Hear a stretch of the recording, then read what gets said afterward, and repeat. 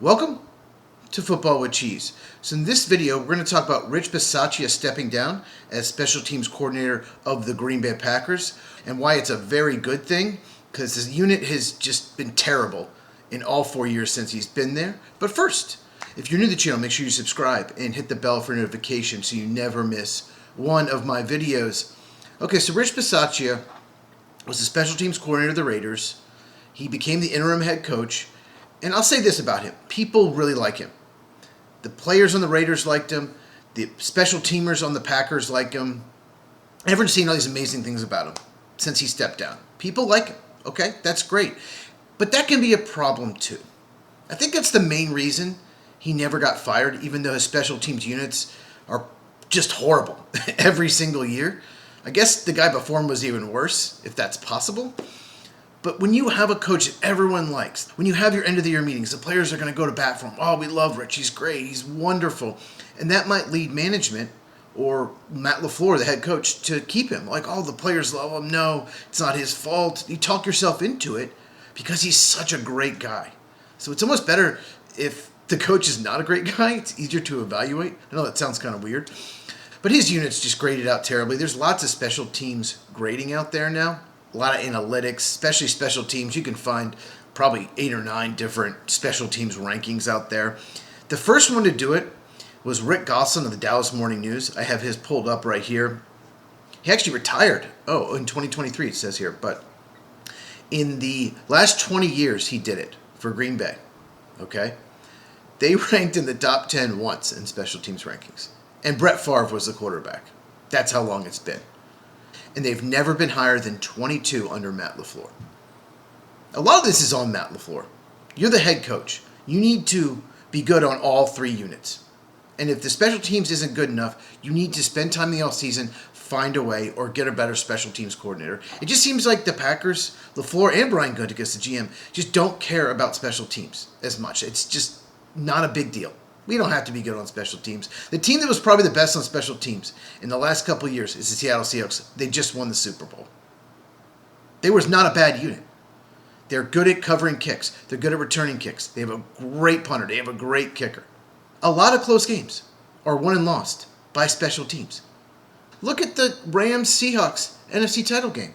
The Seahawks were much better on special teams. They won the game, and they are Super Bowl champions now. Now, the Packers have a great punter, Daniel Whelan. He's terrific. Their long snapper, I'd say he's below average. He's not like a bottom 5, maybe not even bottom 10, but he's nothing great, but it could be worse. Kicker has been a problem. Last 4 years since Mason Crosby retired, they've had 4 kickers. Now, Brandon McManus, he's been a good regular season kicker for the Packers, but he's been a disastrous postseason kicker. He's 1 of 4 on field goals the last 2 years, and he missed an extra point. If he makes his kicks against the Bears, they don't have to worry about blowing the lead at the end. And this is a problem over and over again. It's not necessarily how bad the special teams has been, it's the timing.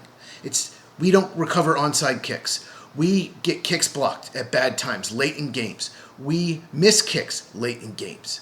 You should never have block kicks. If everybody stays in their lane, gives effort and does their job, you should never have a blocked kick. And as far as covering kicks, it's gotten better under Bisaccia than it was early in Matt LaFleur's tenure. But at the same time, it seems like in the fourth quarter, they'll give up a 20 or 30-yard punt return, like late in games. Like it's fine for 3 quarters. And then at the end, that's when they give up a big return. So the timing has been terrible.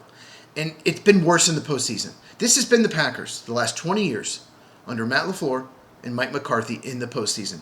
Elite quarterback play. The quarterback play is amazing, but our defense stinks. Our head coach makes terrible decisions, gets way too conservative, and horrific special teams. So we find a way to lose close games. You don't lose in the postseason if your quarterback plays elite. Almost every other team, if their quarterback plays elite, they're going to win the game, not the Green Bay Packers. And I read this one place, so take it with a grain of salt, that Rich Bisaccia handpicked the kicker, Anders Carlson, when they drafted him out of Auburn. Anyone could have told you that was a bad pick. I was shocked. No one had him as even a top 3 kicker, borderline top 5 in that draft. And some years, 1 or 2 kickers get drafted. So the fact that he was a 6th-round pick was a surprise.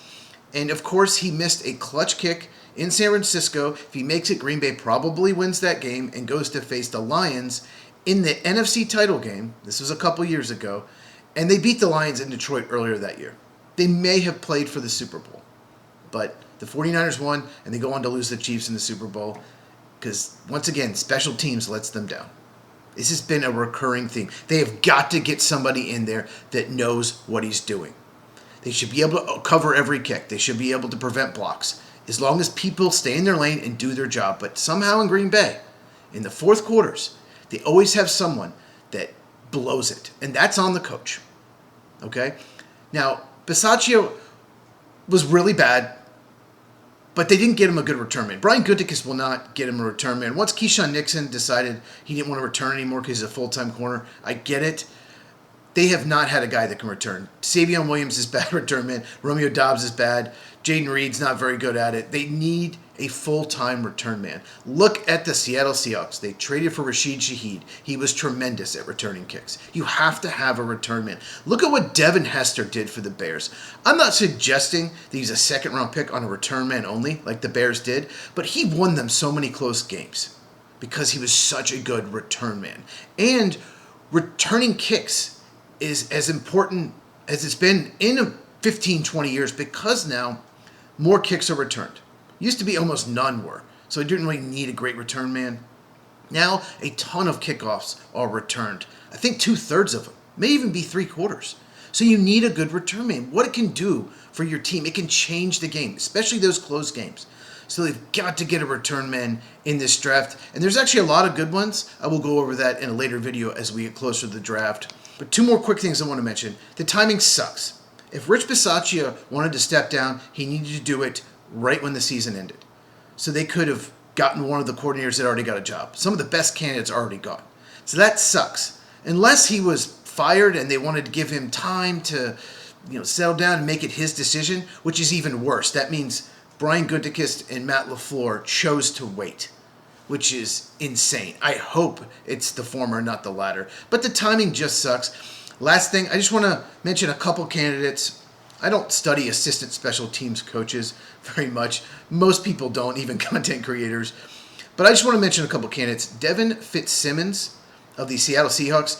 Like I said, they have unbelievable special teams. He's the assistant special teams coach there.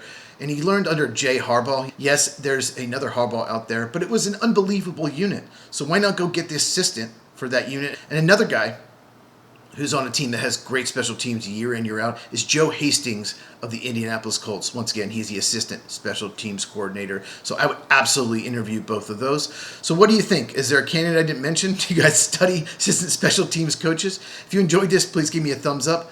Really helps out the channel. Once again, let me know. Are you happy Rich Bisaccia got fired? I absolutely am. Me and Mike, we do the Lights Out podcast every Tuesday night, 8 Eastern, 5 Pacific. Link in the description. We talk baseball, college football, and of course, NFL. We got the Combine next week. And I am a draft analyst. I do a lot of videos on the NFL draft. It's a big focus on football with cheese. So make sure you're subscribed if you have not. And share this with anyone who loves the NFL draft. Check this out if you have not. And I'll see you in the next one.